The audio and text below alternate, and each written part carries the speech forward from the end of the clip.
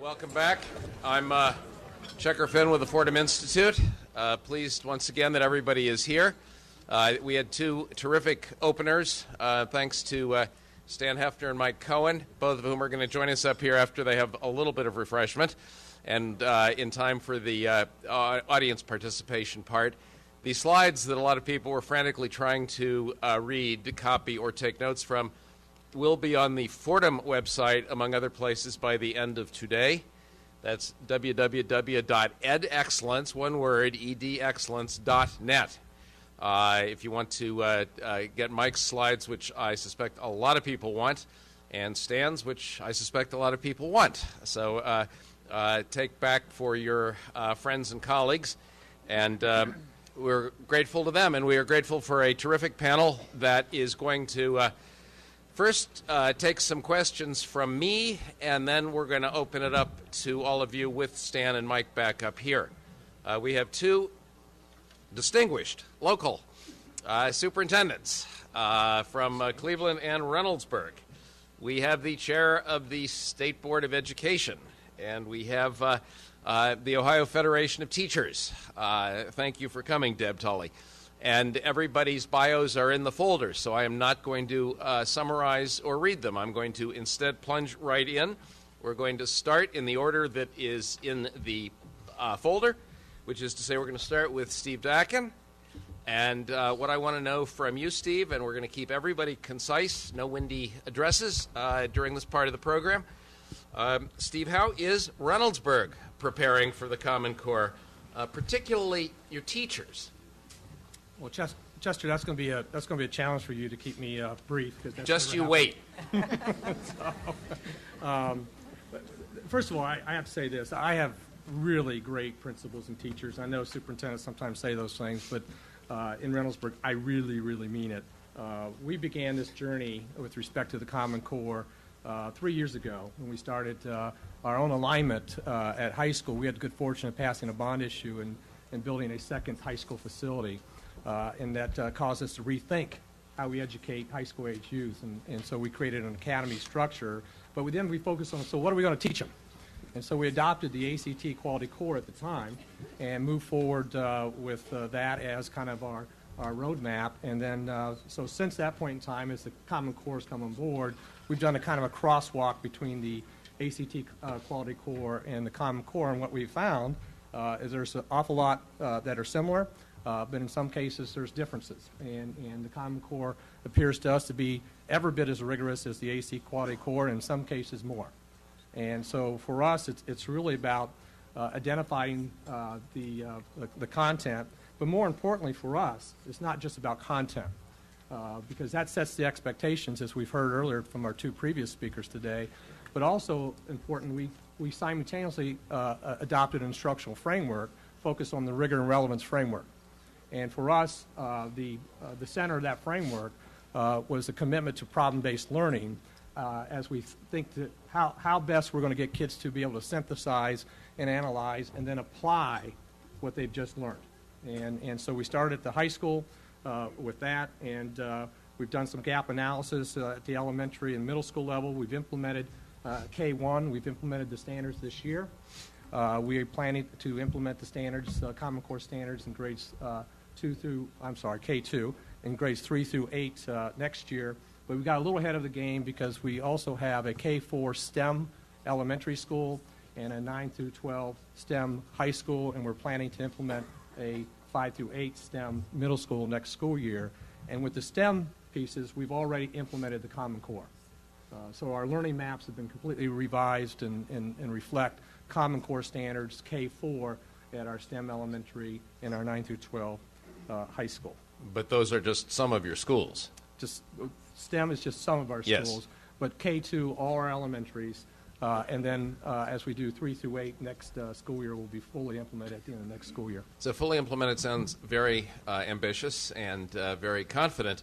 How have you actually prepared staff who were not accustomed to this? Well, yeah, I think that going back to the original comment I made about the instructional framework, we introduced the rigor relevance framework 2 years ago in our district-wide.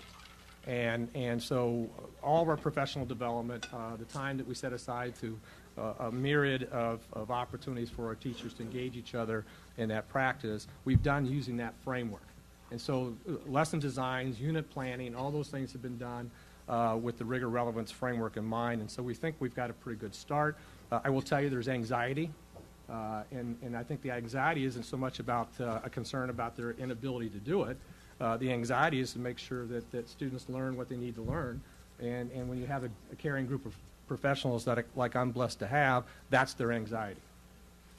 Just out of curiosity, how many people in the room have eyeballed the Common Core standards with their own eyes? Good. Then you've probably noticed, as I did when I first eyeballed them with my own eyes, that these are hard. And what's being expected of kids is hard. In the upper grades, it's almost scary hard. And my second reaction after being impressed by the ambition and rigor of this was to ask myself, how about teachers and their readiness to teach these hard things in a way that kids will learn them?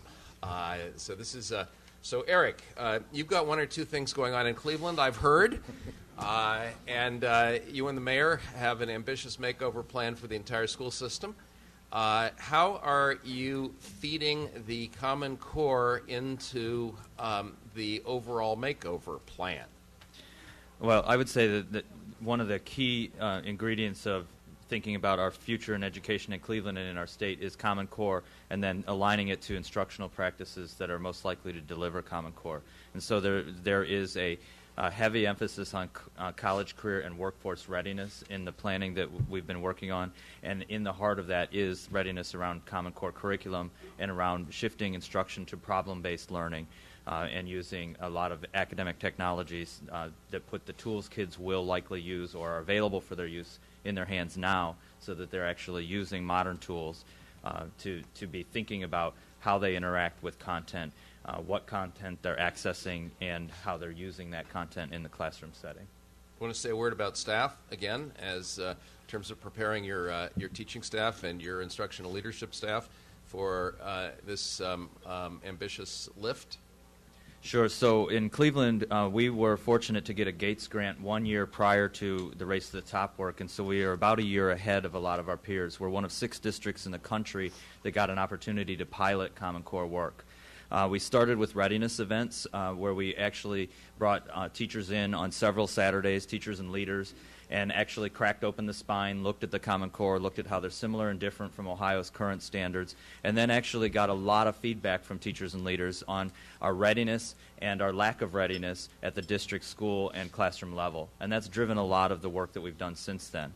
We then created cohort-based professional development so that we can educate a 4,000 teacher workforce on the Common Core. So we started with K2.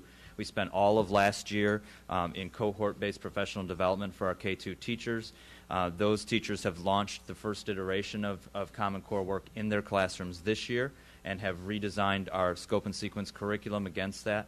This year we're launching the 3 to 5 cohorts and continuing the K-2, so we've doubled the capacity using Race to the Top resources. And we'll continue 6 to 8 and then 9 to 12 to be ready for 2014-15.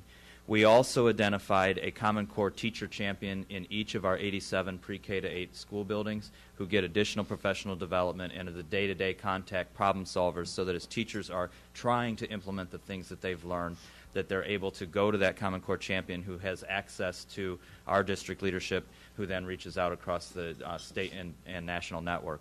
And then finally, we used our data sharing tool, our information system, to really create a Common Core destination station, so that all of the production that is going on in their professional development lands into a database where teachers have access to our efforts at model tools, model curricula. It also links to work that Ohio's done, and shamelessly links to everybody else, like New York State, who's also done a great deal of work, so that teachers have tools from where to begin. Sometimes shameless is good.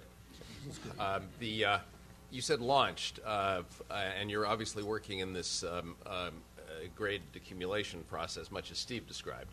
Does launched mean citywide, or does launched mean pilot schools? No, pilot schools do not exist in Cleveland. Cleveland is a good place for pilots to go and die, so launch means launch. 87 schools are implementing their best effort at Common Core with the knowledge we have now. We took the bet that Stan Heffner talked about earlier, that if we work hard on these new rigorous standards, we cannot do worse on the state achievement tests than we're already doing. You saw Stan's scary numbers about how today's achievement scores would map onto tomorrow's.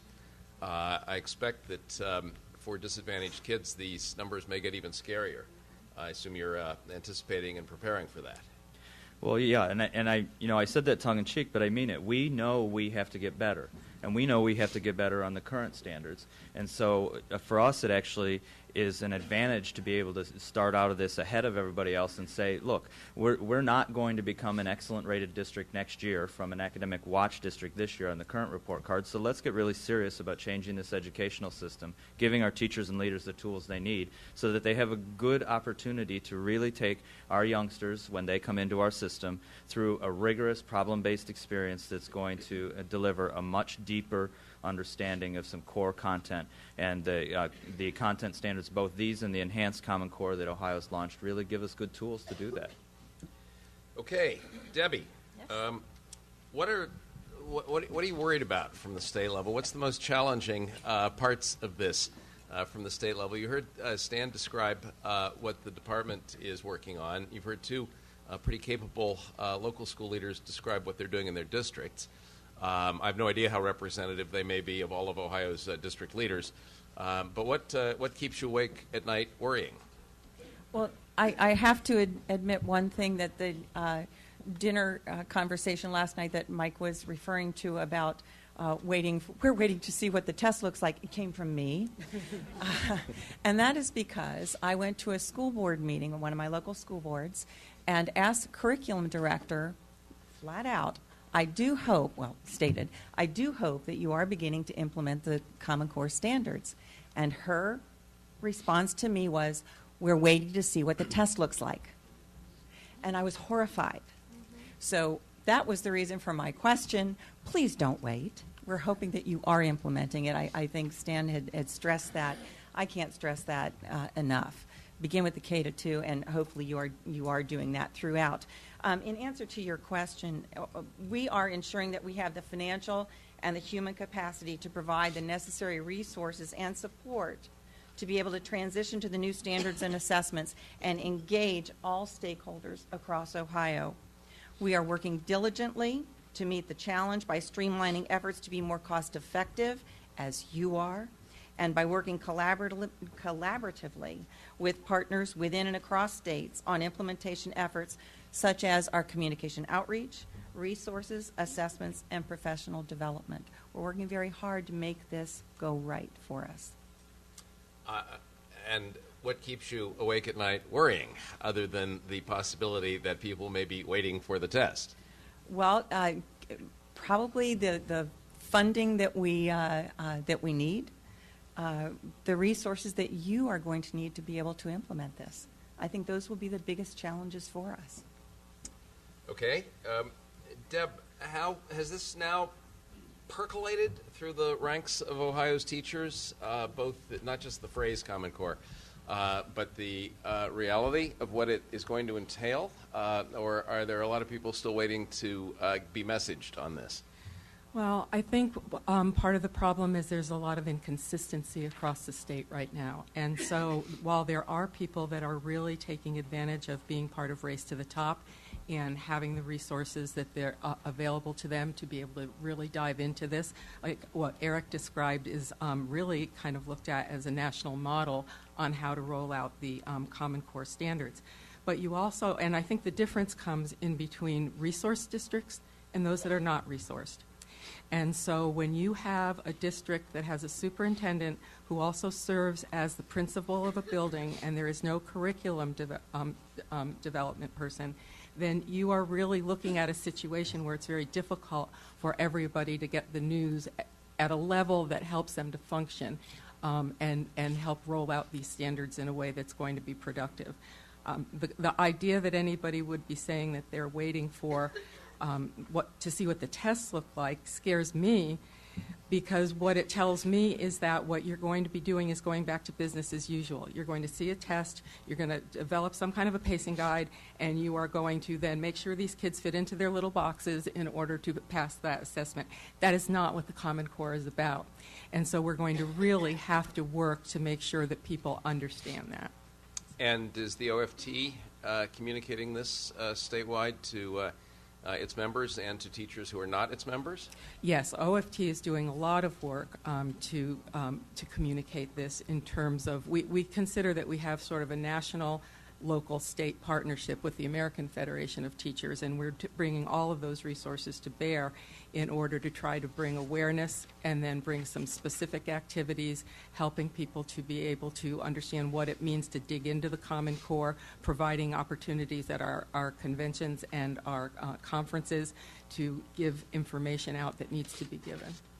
In the folder is an AFT handout, which was the recommendations of the AFT Ad Hoc Committee on Standards Rollout, which pretty interesting to read. And under the heading of curriculum, there's a lot of talk about the phrases vital tools, and including curriculum, professional development, appropriate underlined textbooks, and other instructional materials, as well as time. Where are these vital tools coming from? If they're vital, obviously it's important to get hold of them. Well, some of them are under development, but I would say that the State Department, the ODE, has really done some good work in terms of creating the crosswalk, creating the model curricula, helping people to understand what it means to actually teach these Common Core in a way that it's deeper and has a greater understanding for students so that they can achieve more. I think that we are going to have to work together to develop some of these tools, and some of them will have to be at the local level. I think there are times that locally you are going to have to figure out your protocols for how you are going to accomplish this within your resources and within your ability to do so. Locally, meaning every single district? One by one? My preference would not be that.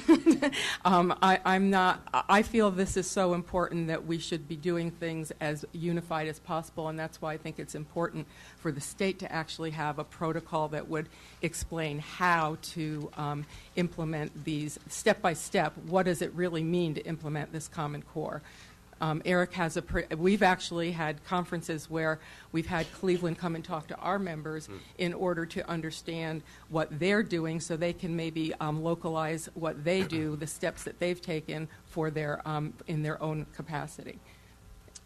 So, Steve, back to you, because let's stick with this idea of interdistrict for just a second. Is Reynoldsburg going it alone, or are you teamed up on parts of this with other districts? We have a number of opportunities that we've engaged in over the last several years with other districts. We were part of a end-of-course exam pilot with Battelle ODE, and then that also involved Gahanna. With our STEM opportunities, we are part of the Ohio STEM Learning Network, and so we've shared our resources with other STEM-like districts, and so we see that as a natural part of our relationship. We shouldn't be going it alone, and we need to coalesce the available resources together to ensure that we're able to implement and have fidelity to the implementation.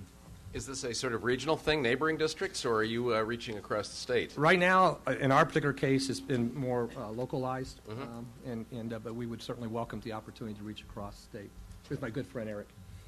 Well, it sounds like Eric and his team have been playing Johnny Appleseed already around the state. Are you teamed up with others of the Big Eight or beyond, or suburbs of Cleveland, or others on sort of joint labor here? We have worked really closely with Ohio 8 through the Ohio 8 Leadership Council, bringing the urban districts together to do the work. But what's even more important for us, and I would challenge that is important to everyone in the room, is that these are not state-centric standards. And so I'm finally able to talk to Seattle and to Denver and to St. Paul and to all of the other cities that are very similar to me. So we are trying to be supportive of the work going on in our own state, but I think that if we keep this state-centric or regionalized, we're going to miss a great opportunity here. What a radical idea that 45 states adopt the standards, and you're actually speaking to people in some of the other 44? We're trying. I mean, it's the first time that I can call up and talk about the same standard at the same grade level, which for an urban district, fortunately Ohio has a large urban center and we can talk to each other, but for urban districts it creates a new network that we did not have access to in the same way that the suburban and rural districts in Ohio have 600 peers. So this links up a little bit with what Deb was talking about as a national state local partnership. Is the Ohio Federation of Teachers talking to its counterpart organizations in other states? Oh, absolutely. We have networked with. We have something at the AFT called State Ed Issues Coordinators, and in each of the states there's somebody that is a counterpart to me, and so we get together and we work to look at the common problems and things that are working and not working, and we network with each other in order to increase our ability to be able to give some kinds of good advice to the people that we serve. And we're also trying to work with the OEA and the NEA. I can't speak specifically for what they do, but I do know that they have a department of ed issues like we have, and we work together very well in trying to make sure that we have a consistent message. Sticking with you for a second and sticking with this complicated topic known as curriculum, at one point in the AFT statement, it basically says, I'll paraphrase, don't lock teachers into a prescribed top-down curriculum. At the same time, you want people to have enough specifics that they know that in October of 5th grade, they might want to cover the following matters: skills, knowledge, etc. Where's the sweet spot here between curriculum that is prescriptive lockdown and not enough to be useful to classroom practitioners? Well, I think the Common Core standards give us an opportunity to develop a curriculum in that vein. I get very nervous when we talk about things like it's Tuesday, so it must be adverbs, and that is like just really. No, it's pronouns. Oh, I'm sorry, I didn't get the message. And it's Wednesday. Okay, but I get very nervous about that. There is a way to talk about teaching. Since we're on this grammar topic here, adjectives or pronouns or nouns without saying you must do it in this way. I mean, for instance, if you're going to, in terms of the Common Core, I taught 7th grade language arts, and when I taught adjectives, instead of just doing the drill and kill kinds of things, one of the assignments I gave to my kids was to create a menu for a theme restaurant describing the menu items in a way that would make people want to buy them. And the Common Core really allows you to do those kinds of things, I think. And so it's really important that we get teachers off of this this kind of Pavlovian dog thing where they think, all right, we have to teach this way because those assessments are coming, they're going to have to bubble in those answers, and the administrators are telling us that we've got to do this. And we've got to get off that train, and we have got to be able to really give people flexibility to teach the basic things that need to be taught, but in a way that will engage students, and I think the Common Core is the way to do that. Okay, Steve and Eric, both, do you have what you would call a district-wide curriculum in your district? Well, I would just take on what Deb said and expand it. So our solution, well, I guess first of all, I would say urban districts have made the mistake and often successfully made the mistake of a prescriptive curriculum to meet minimum competencies, and they've actually found success in it because the competency bar is so low that you can prescribe a curriculum and enough kids move forward. We actually, in Cleveland, one of the things our teachers and leaders told us in our readiness assessment was that our curriculum design is actually going to allow us to move Common Core, we think, very quickly. Our bet is that the teachers and leaders need to come together annually and to create windows of time in which we're all working on the same core content skills at a standards level. And the reason for that is we have a 33% student mobility. And so if a child moves into my classroom, I need to know that they were working on the same things as my peer. But beyond that, then, We need to be able to take that curriculum, look at existing data for that child and my children, and then empower the professional educator in the classroom to decide in that window of time, how do I best teach those skills? I would say it was a good bet under our old standards. I would argue that under the Common Core, it's the only way we're going to be successful, is developing people who have the professional know-how to take these rigorous standards and teach them very well for the kids that are sitting in front of them. We won't be able to prescribe this. So, Steve, where's the sweet spot in Reynoldsburg? Do you have a district-wide curriculum or something you would call that? We have designed learning maps. Some people may refer to them as curriculum maps. I call them learning maps. We've had that for a number of years. But those maps are designed to free the professional who's working with that child to make the necessary interventions and changes in their instruction. We have Speak into your mic, would you? I'm a little sorry. Closer? We have what I always refer to as an unrelenting focus on results. We progress monitor the heck out of things. And so we know at any one point in time where kids are relative to their acquisition of a standard. And so that gives us great latitude. And one of the great hopes that I have with the new generation of assessments is that we'll be able to move kids along in terms of their mastery of content when they're ready. I know that's a novel thought, but dispense with the notion of age-appropriate curriculum and talk about more about their developmental readiness of where they are on the learning continuum. You mean you might do away with 5th grade? That's a bold statement, Checker. But that's certainly an intent as we think about developmental readiness. The answer is yes. Thank you.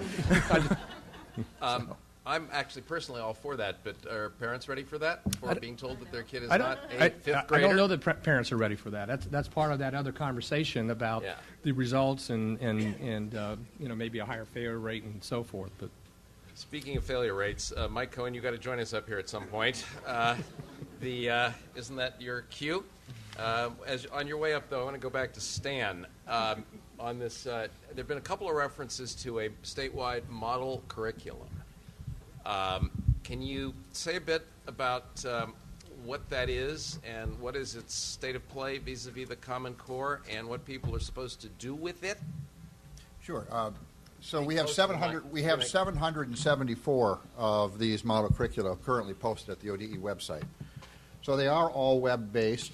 Which the web being the great equalizer, can be available to people in any district, at any part of the state, regardless of the wealth of their district.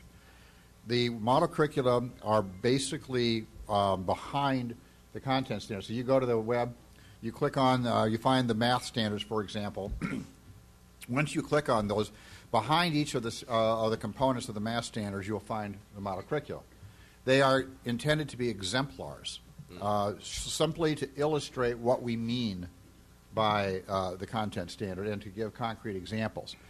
But further in there, the model curriculum goes beyond just the content. It talks about instructional strategies. Some of them come from the department. Most of them come from teachers across the state that we've solicited, so that there's more than one way to look at how to teach things. Sample assessment items can be found in those.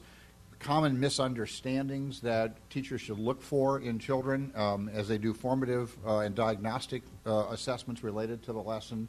So there's a whole host of these components, all of which are web-based and all of which are downloadable, so that teachers can use these in any way that they best see fit, but still be allowed to have to exercise their own individual discretion when it comes to the choice that they want to make for the particular kids they have in their class. And is there more coming, or is this as complete as you intended to be? At the risk of killing my staff, the answer is more are coming. No, I think we have to. This has to be a living and breathing thing. Many people who've ever gone to the ODE website on the old standards know that we had PDFs of all things and these model curriculums that were there, and they're like 13, 14 pages long. You had to have a PhD in the subject matter generally to manage them, and you couldn't do anything with them because they were PDFs. So we've learned from that mistake, and I think we've really taken advantage of technology advances.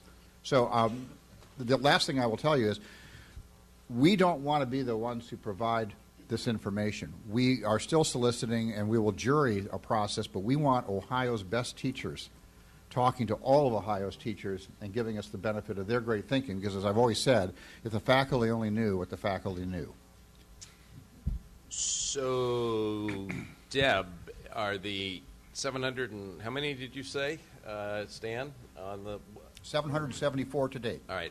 Do the 774 state model curricular items qualify as vital tools in the eyes of the Ohio Federation of Teachers? Well, yes, I think so. Not having read each and every one of them, No? but yeah. By evening, you will have them. That's right. That's right. I have homework. Oh my Yes.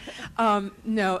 Yeah, that is one of the vital tools. And in fact, I was hoping to be able to say that AFT, in fact, has a team of Common Core state standards work team, they call it, where we have gotten teachers from all the different states, and Ohio is represented on this work team. They gave some input into the standards as they were being developed, and they are now working on professional development and more kinds of curricular resources for teachers to use in the classroom that can be, again, it's a Common Core, so that it can be used nationwide. And we are working on that right now. So, Good. So, Mike Cohen, I'm going to switch to assessments for a minute because we already saw Stan's scary numbers as he looked forward. The numbers in the end hinge on something that most people call a cut score, which defines proficiency. And your PARC consortium is supposed to set cut scores on these exams. Obviously, you can have a terrific standards, terrific items, terrific exam, and a very low cut score that doesn't actually mean anybody's college and career ready. Conversely, you can have all of those things and a cut score that is so high that nobody will be proficient. How are you going to work your way through this one? We'll have that done by this evening also.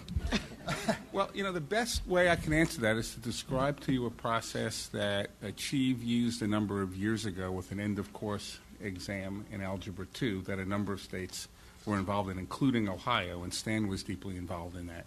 This was intended to be a test that would measure whether students actually mastered the content in Algebra 2, but also intended to be a test that post-secondary institutions could use to tell whether a student who completed that course was already prepared to do college-level mathematics.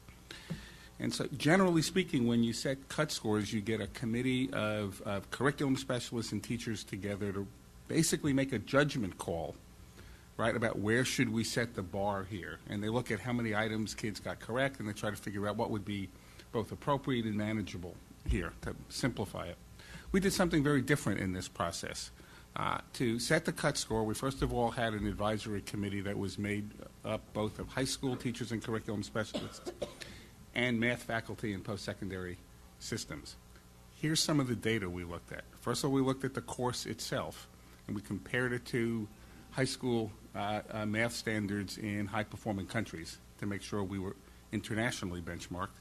Secondly, we did an analysis of the syllabi in 72 different college algebra courses, taught in first-year credit-bearing courses in post-secondary institutions in the participating states. By the way, just as a side point, I'll note, those courses are quite different from one another. The notion that there's a single notion of what a first-year credit-bearing course is not even close. But we looked at what those courses taught. We had college faculty review and rate the content of the course and the test items as to their importance for college readiness.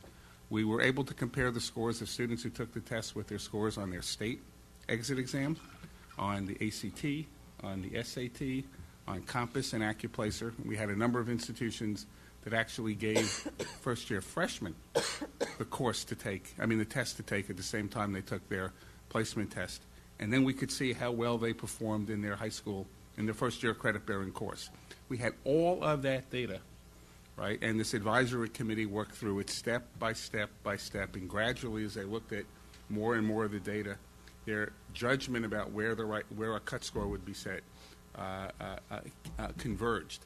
And that's the process we use. That's similar to what we expect to do in the PARC assessments to determine what a college-ready cut score at the 11th grade level would look like. I can't quite describe the technical process we're going to have to go through, right, to back that down. right, grade by grade, and there's other data that will have to be brought to bear, but that's the logic that we will use. We think that will, and we will ultimately have both the chief state school officers and higher ed leaders in each state having to agree on what this college-ready cut score is before it's determined. So, sticking with you, but then I'm going to ask the same question of Stan. What are the odds that the colleges are actually going to acknowledge this as ready for college-level work without going through another whole go-round of their own?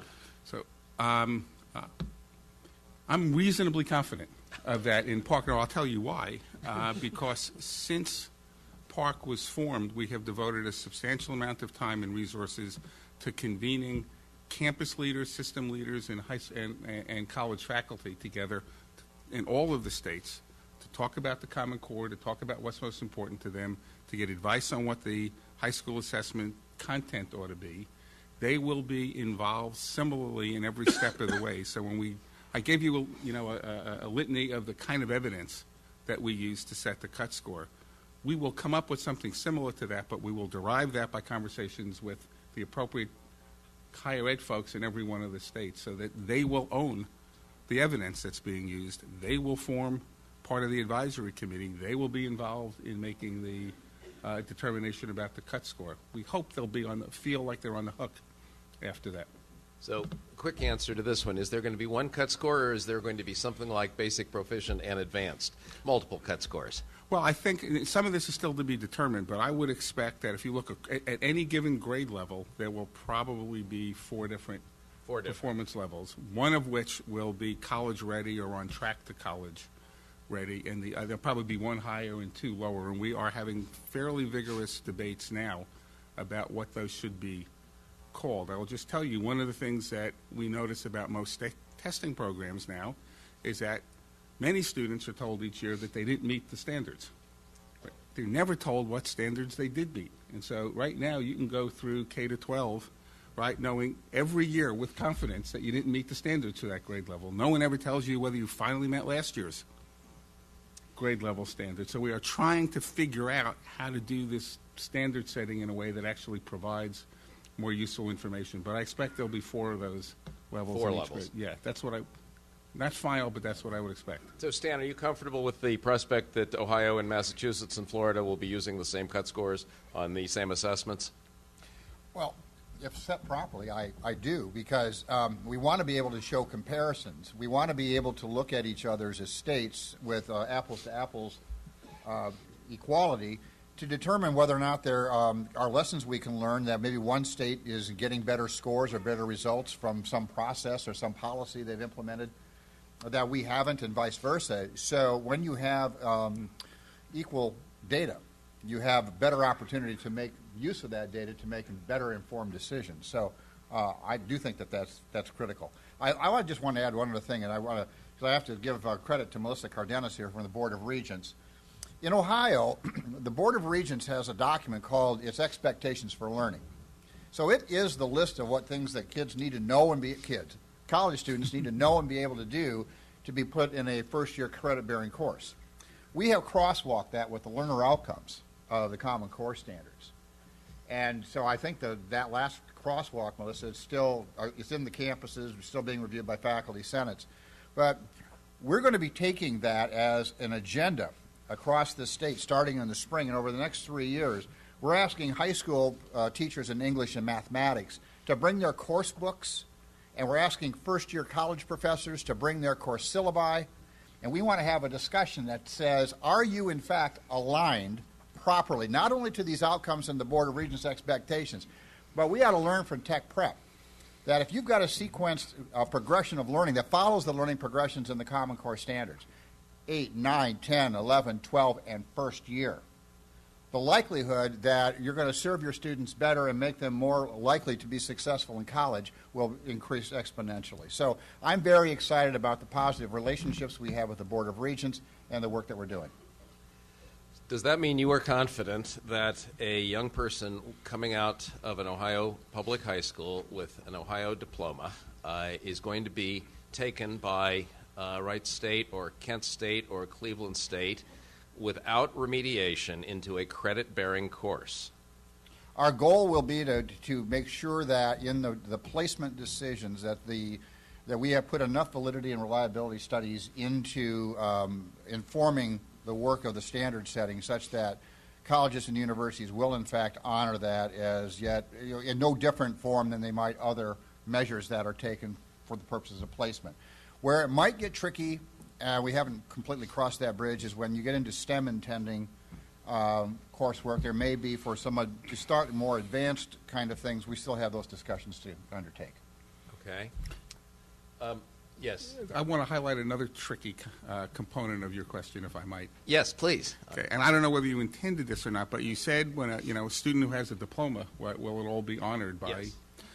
So you have a high-stakes exit exam here. Yes. Right. So in every like about half the states in the country. Right, and in every one of them, the discussion so far they've begun the discussion about whether the graduation cut score is the same as the college-ready cut score. So, excellent question. Our advice to states is don't do that right away. If you do, don't do that right away. No, there are only two possible outcomes for that. One is you will have the lowest college-ready standards in the country, or you will have the lowest graduation rate in the country. That as a practical matter, you're going to basically need to be able to set a bar up here that says if you meet this score, you're ready to do credit-bearing work, and a bar here, right, keeping in mind that the OGT is basically telling you whether a kid met 8th or 9th grade standards now, right? You want to ratchet it up a bit, but you're still going to need to set that bar lower than the college-ready bar. How quickly can the two converge? I don't know. That ought to be the topic of a serious discussion. But if they start out that way, if they start out as the same, I think you're heading for trouble. So, Debbie, let me throw you this tough curveball that Mike just threw. Do you see the Ohio graduation test passing 5 years from now as not being aligned with college ready? Maybe I'm asking that backwards. Will the Ohio graduation test 5 years from now be aligned with college ready, or will it be something less than that? I think it'll be aligned with college ready. Use your mic. It will be. Yeah. It will be aligned with college ready. That is our full intention. We have high expectations. We will not move from our high expectations. We will maintain that. We will not lower cut scores. We're in this for the long haul. We have to do this for our kids. It's their future, and they're counting on us to do this. Can we talk about career ready for a minute? Because this phrase, college and career ready, trips off our tongue. But how do employers contemplating hiring the products of Ohio high schools, let's say, who opt not to go to college, or at least not right away go to college, how will they be satisfied that the people passing, let's say, the Ohio graduation test, aligned with the Common Core standards, are in fact ready to come to work at their place? I'm going to throw this one to anyone that has an answer. Go ahead, Eric. Well, so I think there's a couple of issues there. One is, and employers don't like to hear this, but one is employers don't always know what it is they actually want out of a graduate. So we get a lot of employers who will list a number of skills that they want, but then when kids come with that preparation, they actually identify a completely different skill set, which is often more of the critical thinking, creativity, ability to work together, those kinds of things, and that with the ability to access and use knowledge. Common Core should help with that. But I think first is challenging business leaders to really to be able to define and defend that they have created the right definition. So I think that that's really going to matter. I think the other phenomena, though, that we already see is that we find people who want high school-ready students to come into the entry-level workforce. Well, I have those kids, except that they're not going into the entry-level workforce. They're going to college. And so we find this gap of, give me college-ready children at entry-level positions. And so I think we're also going to have to challenge. Somebody said on the panel, well, yes, they can enter at this skill set, but they don't advance. I see it in my Career Technical Center. I graduate a whole bunch of kids through my Career Technical Center who choose to go to college. And then I see my employers saying, where are the kids that are ready to come into my workforce? Well, I know where they are. They're on their way to college. And so the college and career has come so close together that we're going to have to really wrestle with this notion that walking out of school does not necessarily presume the skill set if college ready is the skill set.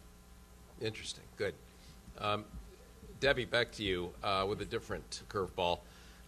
There's a lot of moving parts to implementing the Common Core, and they're not all about tests and standards and curriculum and professional development. Some of them go to things like teacher preparation, teacher licensure, what we expect of our colleges of education, what we expect of a whole variety of other institutions in our society, including, incidentally, employers, as Eric just said.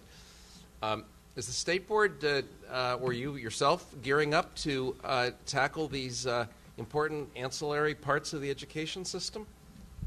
That's our job. Yes. So Yes. When will we know how you're going to tackle them? It's coming. It's coming. We are committed to aligning the implementation of the Common Core standards to such assurances as effective teachers and leaders, the turnaround of low-performing schools, accountability, and the longitudinal data system. We, as you all know, are a race-to-the-top state, and we have made great strides this first year as that. We're creating a more coherent educational system by working to align all the efforts together. As we move forward, we'll continue to strengthen and enhance the work to ensure that Ohio students are ready and prepared to transition to college or the world of work upon graduation. This is a big task. It is a huge undertaking, and we're committed to doing it right. It's not going to be quick. It's not going to be easy, but we want to get it right. Well, I should hope so. The race to the top isn't going to last forever. It's a fine thing, but it's a wasting asset, as they say. And the waiver that Ohio is going to apply for will probably also help in terms of aligning its accountability system with the right way to think about these things. I just read in the morning paper there's a whole new race to the top being unveiled right about now by the U.S. Department of Education having to do with teacher-related issues, about which I know nothing more than the Wall Street Journal article this morning. But I want to come back to teacher preparation for a second. How many teacher preparation programs does Ohio presently have, approximately? Oh, Around I don't know that. 52. 52. Okay. And how many of them are clued into Common Core and new assessments that their graduates are going to be expected to prepare students to do well on? Do you know, I think before, I'm going to give that to Stan, but before I always do defer though, to my president. Yeah, I wish. After you, Alphonse. My biggest concern truly is, and that pretty much goes to the challenges, the first question you had for me. I think preparing our teachers for this is probably the most essential aspect to implementation. If we do not have an effective teacher in front of our kids, how can they possibly become successful young adults and adults? So I think that's a critical aspect, is the teacher preparation programs, and also our teachers who've been in the system for quite some time. This is a fundamental transformation of the way they're going to teach. It's important that we make sure that we give them the support to be able to get that. And with that, Stan, I'll give the rest to you. Yeah, I just say I keep making a simple-minded separation in my head between the sort of professional development issues for current teachers and the preparation issues for tomorrow's teachers who are not yet in the teaching workforce. What are you doing with the colleges of ed? No. Well, without getting into a long dissertation that Melissa could do better than I do want to just talk about one process thing that we're doing. For approximately 6 months now, Chancellor Jim Petro and I have been having conversations about the importance that we work together, we align our systems together better. Higher ed was a system that was never designed in conjunction with K-12. It was just kind of expected somehow that would work. So we have explored the possibility of physically working together, and we are seriously What does that underway. mean, sharing a desk? Well, sharing a building. We are Okay. talking about the Board of Regents moving to the Department of Education building. Whoa. We're looking at integrating things. Look, Who gets the top floor? Never mind. Well, but that's the whole point.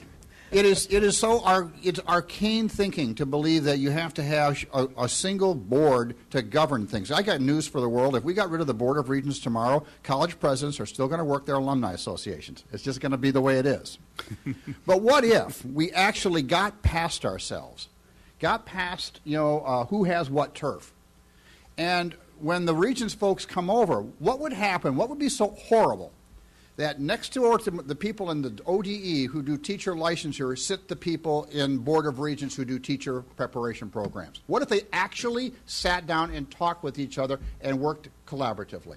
And what if, on the other floor, the people who do the professional development and all the curriculum design just happen to be in immediate proximity so the higher ed fully gets this stuff? I mean, right now, it's kind of like if higher ed gets it, it might just be by chance they came to a meeting like this and somebody heard something. So we're really talking seriously about working greater hand in glove and doing this in the same building. So symbolically, this is not about who gets what governance or how big your turf is, but this is about two systems that need each other, that work together for the common good of kids. You're going to merge your data systems also? Yes. May I also Yeah, please, comment go on ahead, that? Deb. Yeah. Sure. I also think it's really important, you were saying the dichotomy between teachers in the field and pre-service. We should not have to worry about someone coming out of pre-service that got whatever that program said they should get, and then we have to retrain them when they come into the classroom. Yes. That just does not make any sense. And so we need to actually have a system in place where all the pieces and parts support each other, and that includes the teacher preparation programs. Good. No, absolutely.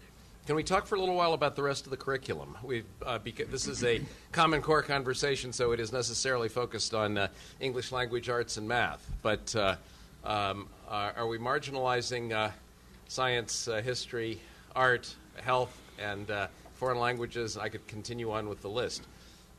What's going to happen to them, and incidentally also to their teachers, as we forge ahead with the Common Core? Let's start with the two superintendents, Eric and Steve. How are you keeping a balance in your curriculum, if you are? So I think that's one of the beauties of the Common Core. And now if we continue to think about it as English language, arts, and math, then we will continue to narrow our curriculum to English language, arts, and math. But if we think about it as core literacy and numeracy, and then really shift the way we teach and learn to problem-based activities that really allow us to take any kind of content, any kind of situation, and apply all of the pieces to it, then we have a great opportunity in front of us.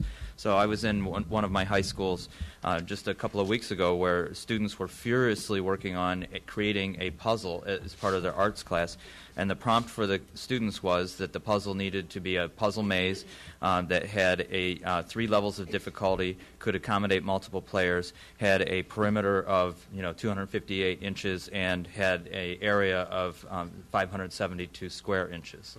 And they were furiously working on designing this puzzle that they were then going to go onto their machinery and actually craft and build. And that was their arts class. As opposed to thinking about, well, we can't teach art anymore because otherwise we'll never get to perimeter and area. And then go 200 feet down the hall to a typical geometry class where we're having kids watch us add the 4 sides of a figure and calling it a perimeter lesson. Yeah, I would just echo what Eric said. It feels like we did a 180 from 10 years ago when we were introducing integrated coursework throughout our curriculum and asking kids to demonstrate their knowledge. They had to make connections between subject levels, and we did that at the high school level as well as requiring it at other levels. Problem-based learning, which is Eric has mentioned, we've also embraced, makes those natural connections. And only in the world of education do we segment content from each kid. So I think that's clearly a place that we're going, and we're looking forward to that opportunity. It has not marginalized our other areas. Deb, how about the teachers of other subjects? Are they feeling marginalized? I would say that they're not feeling marginalized, partially because when they've become aware of the Common Core, they do understand that there is the intent to try to get Common Core around the other content areas eventually. But I think the really important part of the Common Core is that the literacy standards across the curriculum. because now you have to work together in order to present, talk to each other in terms of how do I develop a unit that really makes sure social studies and the language arts things go hand in hand, or the technology, we're all connected. And in that way you can create cross-curricular units and lessons that allow children to understand the interconnectivity of all the things they're learning and enhance their ability to be more productive. Based on Eric's example a minute ago, you could also do math across the curriculum. Absolutely. Social studies and science. Yeah, go ahead, Mike. I just want to point out one area under development. Achieve is working with 25 states now to develop next generation science standards. Ohio is one of the states involved in that, and one of the key features of the science standards is that at every grade we're showing how it integrates with the literacy and the math standards. So we'll make it easier to integrate those in the classroom because they'll be built right into the standards. And I've heard that we can expect to look at a draft of the next generation science standards by April? In about a month, yeah. In about a month. Well, that's all right. Let's go with April just to give us a I thought you'd have that done by 7. by 7 tonight. Yeah, we've got a lot of end-of-day homework assignments up here today. Let's talk about technology for just a second, because Mike did let on earlier that to handle the park assessments, you basically have to be ready to do them on a computer. Are Ohio's schools going to be ready to do them on a computer? Why don't we start with Cleveland and Reynoldsburg? Are your schools going to be ready? I would say at this juncture we're not ready. That's been a part of our challenge and part of our pre-planning that we've done over the last 2 years. We have been blessed to have a bond issue that's available to us to purchase hardware, and we're rolling out that the RFP for our buildings even as we speak. We do have, in our particular district, every school building is either new or newly renovated. It's part of a $167 million School Facilities Commission partnership.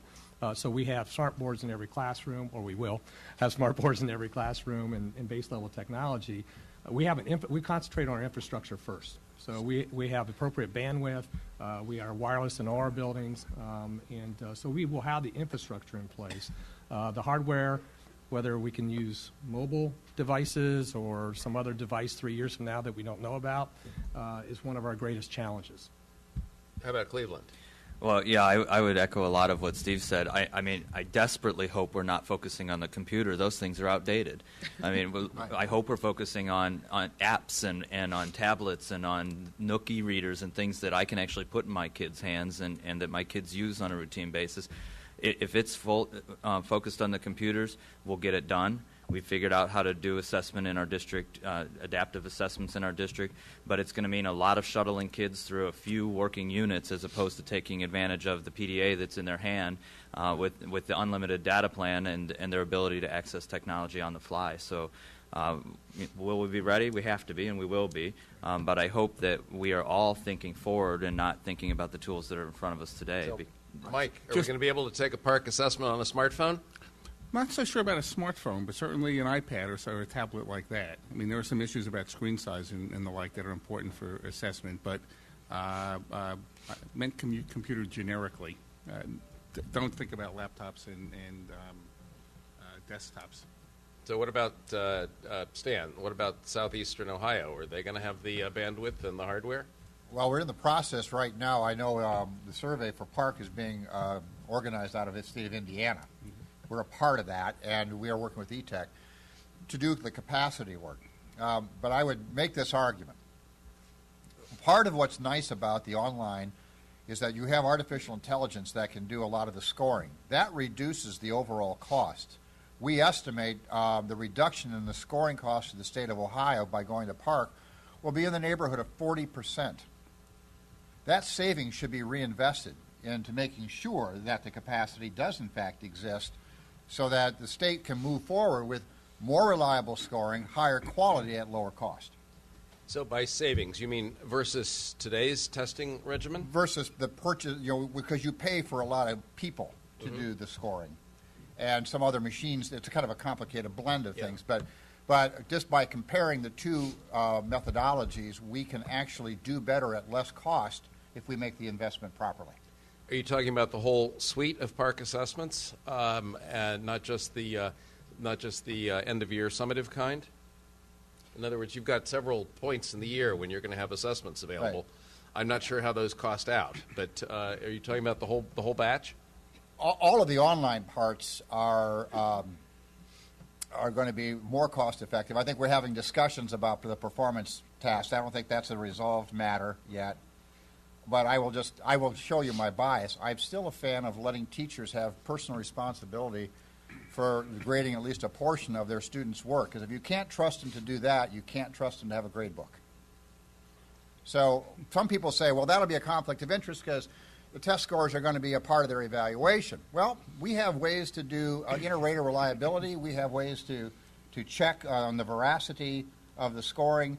I think if teachers were actually trying to cheat, I'd rather catch them on it and show them for what they were. But I can tell you the lion's share of teachers, I think, would welcome the chance to finally be a part of the process and not have the process thrust upon them.